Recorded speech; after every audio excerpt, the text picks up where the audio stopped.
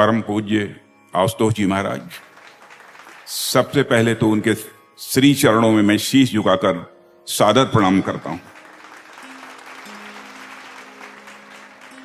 और इस सभागार में मौजूद हमारे सभी पूज्य संत एवं साध्वीगण, सबसे पहले मैं उस ऊर्जा को नमन करता हूं जो स्वामी आशुतोष जी महाराज के आशीर्वाद के रूप में हमारे चारों तरफ विद्यमान है। मैं आपके समक्ष उपस्थित आप सभी श्रद्धालुओं को भी नमन करता हूं। मैं दिव्य ज्योति जागृत संस्थान के प्रति अपना आभार प्रकट करना चाहता हूं कि इस संस्थान में मुझे आमंत्रित कर उन्होंने मेरे ऊपर बहुत बड़ी कृपा की है। गुरु पूर्णिमा सनातन संस्कृत का एक बहुत ही महत्वपूर्ण अंग है।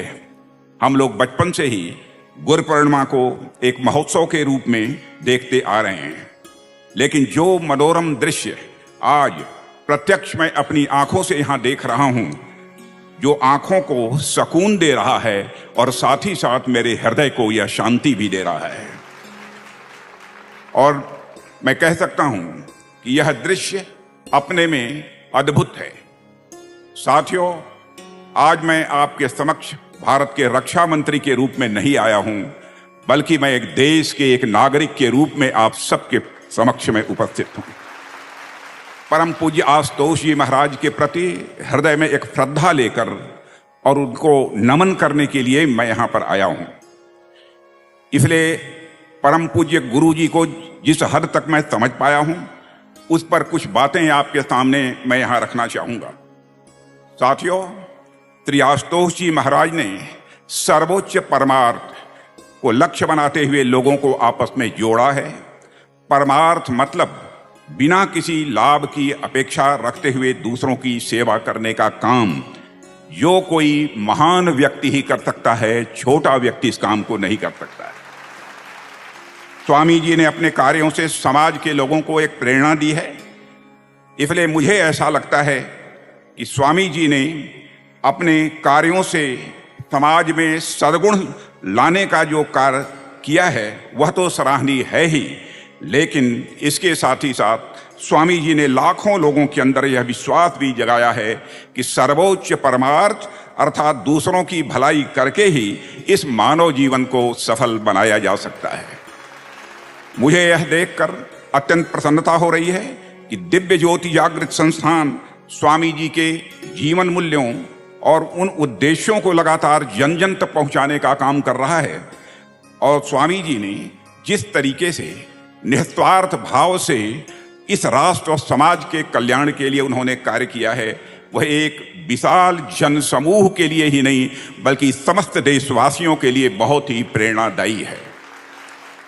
स्वामी जी द्वारा शुरू किए गए कार्य आज भी सुचारू रूप से चल रहे हैं। देवियों व सज्जनों, स्वामी जी ने एक गुरु की भूमिका में रहकर इस अंधकारमयी दुनिया में एक प्रकाश स्तंभ के रूप में काम किया है। उन्होंने समाज को एक राह दिखाई है कि कैसे सेवा के माध्यम से हम परमात्मा तक पहुंच सकते हैं अथवा परमात्मा की अनुभूति कर सकते हैं और अपना जीवन हम कैसे सफल बना सकते हैं। आज गुरु पूर्णिमा का दिन हमें यह भी आभास दिलाने वाला दिन है कि वाकई इस संसार में गुरु का क्या महत्व होता है। साथियों, जहां तक मैं समझता हूं, गुरु इस संसार में हमारे लिए एक पथ प्रदर्शक का कार्य करता है, एक मार्गदर्शक का वह कार्य करता है। आप सबके मोबाइल में एक एप्लीकेशन होगी, गूगल मैप्स। आपको जहां भी जाना होता है आप उसमें अपना डेस्टिनेशन यानी गंतव्य डाल देते हैं और आपको अपने डेस्टिनेशन यानी गंतव्य तक पहुंचने का एक उपयुक्त रास्ता दिख जाता है।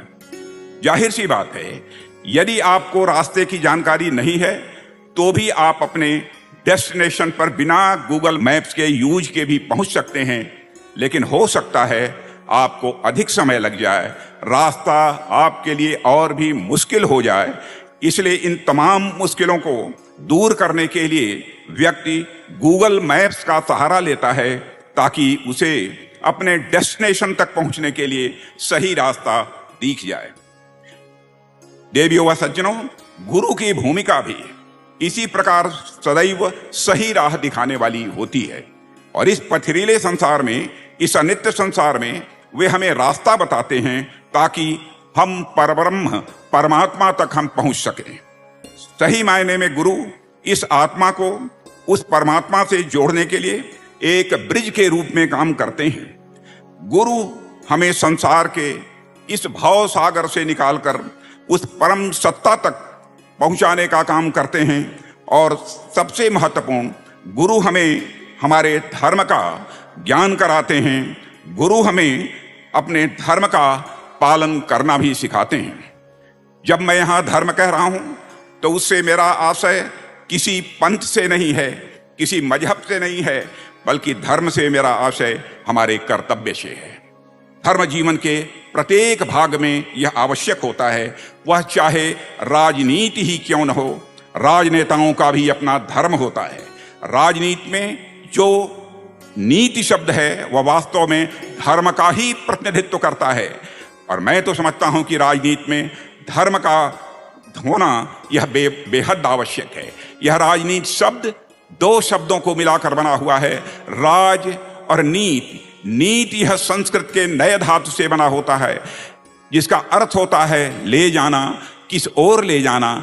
ऐसा पॉलिटिकल सिस्टम जो समाज को सन्मार्ग की ओर ले जाने का काम करे उसे ही हम राजनीति कहते हैं। लेकिन विडंबना यह है कि राजनीति शब्द आज वह अपना अर्थ भी खो चुका है और आज अपना भाव भी खो चुका है। आइए हम सभी मिलजुल कर संस्थान के माध्यम से यह संकल्प लें कि भारत की राजनीति में खोए हुए इस अर्थ व भाव को हम सब मिलकर पुनः स्थापित करेंगे। यह संकल्प लेने की आवश्यकता है और मुझे यह देखकर अत्यंत प्रसन्नता हो रही है कि दिव्य ज्योति जागृत संस्थान समाज के हर क्षेत्र में मानव की सेवा को सर्वोच्च परमार्थ मानते हुए काम कर रहा है। नेत्रहीन उत्थान कार्यक्रम, गौ संरक्षण, पर्यावरण संरक्षण व आपदा प्रबंधन जैसे अनेक मानवीय कार्य हैं जो संस्थान के द्वारा लगातार आयोजित किए जा रहे हैं।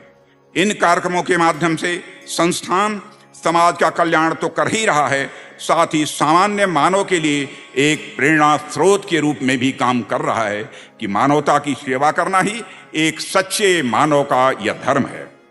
और इस दिशा में दिव्य ज्योति जागृत संस्थान का जो कार्य है उसके लिए मैं उन्हें कोटि कोटि बधाई देता हूं, कोटि कोटि धन्यवाद देता हूं।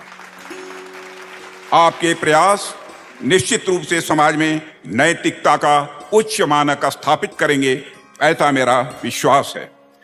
देवियों व सज्जनों, देश अमृत काल में प्रवेश कर चुका है। अमृत काल की समाप्ति तक अर्थात 2047 तक हम भारत को एक विकसित राष्ट्र बनाने के संकल्प के साथ आगे बढ़ रहे हैं और हमें दिव्य ज्योति जागृत संस्थान जैसे संस्थानों के साथ ही मिलकर काम करना होगा। यह हमारी मान्यता है और मुझे पूरा विश्वास है कि दिव्य ज्योति जागृत संस्थान अब तक समाज के कल्याण के लिए जो कार्य करते आया है वह आगे भी इसी प्रकार से करता रहेगा, परम पूज्य आशुतोष जी महाराज की कृपा से। इस अवसर पर अधिक कुछ न कहते हुए एक बार फिर आप सभी के प्रति आभार व्यक्त करना चाहूंगा कि आपने मुझे इस गुरु पूर्णिमा के अवसर पर आयोजित इस कार्यक्रम में आमंत्रित किया है। मैं इस विश्वास के साथ अपनी बात को समाप्त करूंगा कि स्वामी श्री आशुतोष जी महाराज के आशीर्वाद से हम सब अपने राष्ट्र के विकास के लिए उसी प्रकार काम करते रहेंगे जब तक हमारा राष्ट्र विश्व का ऐसा राष्ट्र बन जाए जो विकसित तो हो ही और साथ ही साथ ज्ञान विज्ञान में भी सारे विश्व का नेतृत्व कर सके। हम एक ऐसे राष्ट्र का निर्माण करना चाहते हैं। इन्हीं शब्दों के साथ पुनः एक बार परम पूज्य आशुतोष जी महाराज के चरणों में शीश झुकाकर नमन करते हुए और आप सभी श्रद्धालुओं के समक्ष भी शीश झुकाकर नमन करते हुए अपना निवेदन समाप्त करता हूं। आप सबको बहुत बहुत धन्यवाद।